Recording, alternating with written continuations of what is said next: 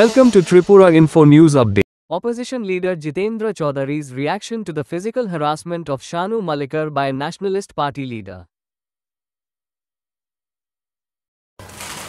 সম্প্রতি সামাজিক মাধ্যমে একটা পোস্ট খুব ভাইরাল হয়েছে, যা দেখে আমি একটু তাজ্জব বনে গেছি যে রাজ্যটাতে কি চলছে। ঘটনা সম্ভবত গতকাল অথবা পরশু দিনের। একজন যুবক, তার নাম যা এখানে বেরিয়েছে, এই শানু মালাকার, তিনি একজন লোকশিল্পী, নিজেও গান এবং গান গিয়ে শোনান।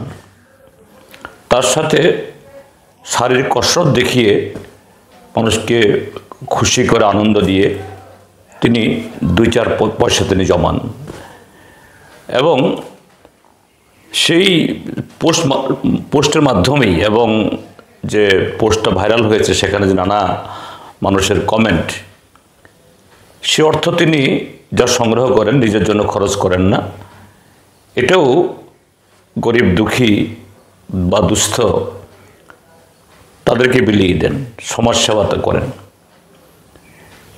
এখন সেখানে যে ঘটনাটি ঘটেছে, একজন যুবক নিজেকে রাষ্ট্রবাদী পরিচয় দিয়ে সরাসরি তাকে বলছে যে গানটা এই শানু মালাকার সেদিন শোনাচ্ছিলেন সেটা একটা ভক্তিমূলক এবং মানবতার আহ্বান, কিন্তু সেই গানের একটা কলিতে আল্লাহ বা এরকম কিছু কথাবার্তা আছে।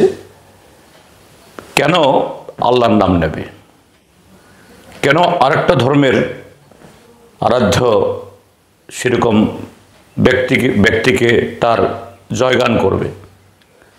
এটা ভারতবর্ষ, আর আল্লাহ মানেই হলো বা যে ধর্মের অনুসারী তারা জেহাদি।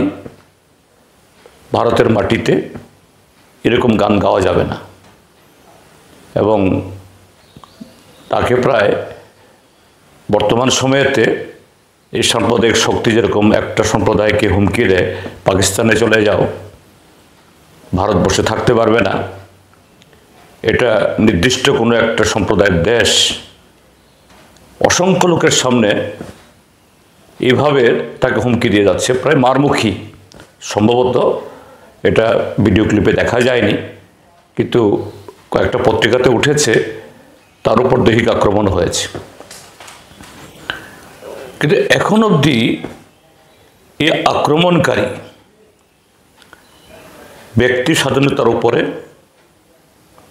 একজন মানুষের, যে নিরীহ মানুষ, তার স্বাধীনভাবে তার বক্তব্য উপস্থাপন করার, মানুষের কাছে যে ভাষাতেই হোক, ভক্তিমূলক গান, এটা হিন্দু হোক, মুসলমান হোক, খ্রিস্টান হোক, বৌদ্ধ হোক, সেই ধর্মবিশ্বাসের উপর ভিত্তি করে সে গান দিয়ে আহ্বান করার এই অধিকার আমাদের দেশের মানুষের জন্মগত অধিকার, সংবিধান স্বীকৃত অধিকার। আর তার বিরুদ্ধে এইভাবে দিন দুপুরে জনসমক্ষে হামলা করছে, কিন্তু আমাদের রাজ্য প্রশাসনের তরফ থেকে, আরক্ষা দপ্তরের তরফ থেকে কোনো পদক্ষেপ নেওয়া হয়েছে সেরকম খবর নেই। পত্রপত্রিকায় দেখছি যে কোনো একটা সংগঠনের লোক, তথাকথিত সনাতনী নাম দিয়ে কিছু লোক কারো বিরুদ্ধে একটা মিছিল করলেই, কারো বিরুদ্ধে একটা থানাতে অভিযোগ করলেই, যে আমাদের রাজ্যের মধ্যেও এই পহেলগামের ঘটনার পরে, ওয়াকফ সংশোধনী বিল পাস হওয়ার পরে যারা এইভাবে মানুষের অধিকারের কথা বলেছেন, পুলিশ তাদেরকে নানা ধারায় গ্রেপ্তার করে লকআপে নিক্ষেপ করে। 8, 9, 10 দিন 12 দিন ওদেরকে এইভাবে হয়রান করে, তো এক্ষেত্রে কেন হবে না? আমি লক্ষ্য করছি এই সমস্ত ঘটনায় পুলিশকে জিজ্ঞেস করা হলে তারা বলে না, কেউ তো এফআইআর করেনি। তো এরকম তো ঘটনা অন্য ক্ষেত্রেতে কিছু লোক মিছিল করলো,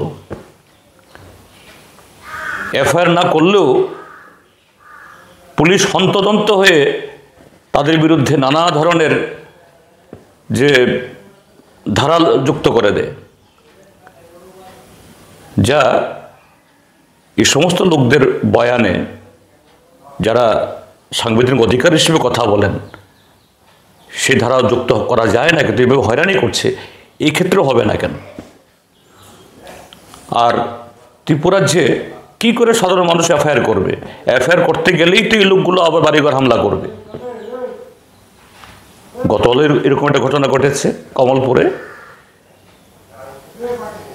এই ভারতীয় জনতা পার্টির লোভে ফাঁদে পড়ে দীর্ঘদিন বিজেপির লাইনে হেঁটেছে, নানা রকম অকাম কুকামের সাথে লিপ্ত হতে বাধ্য হয়েছে, বাইক বাহিনীর সদস্য হয়েছে, কিন্তু নিজের থেকে ভুল বুঝে অন্য একটা দলে তারা বিজেপিতে পদত্যাগ করে আসছেন। আর গতকালই রাত্রেবেলা তার বাড়িতে আক্রমণ হয়েছে, আবার তার বিরুদ্ধে এরকম মিথ্যা মামলা দিয়ে তাকে গ্রেপ্তার করানো হয়েছে।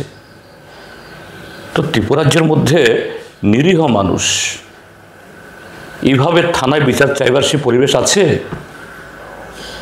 সে আইনের শাসন আছে? আমি স্বনির্বদ্ধভাবে আমাদের রাজ্যের বর্তমান পুলিশ প্রশাসন, তার মাথায় একজন Subscribe to Tripura Info and press the bell icon so that you never miss any latest updates and news on Tripura.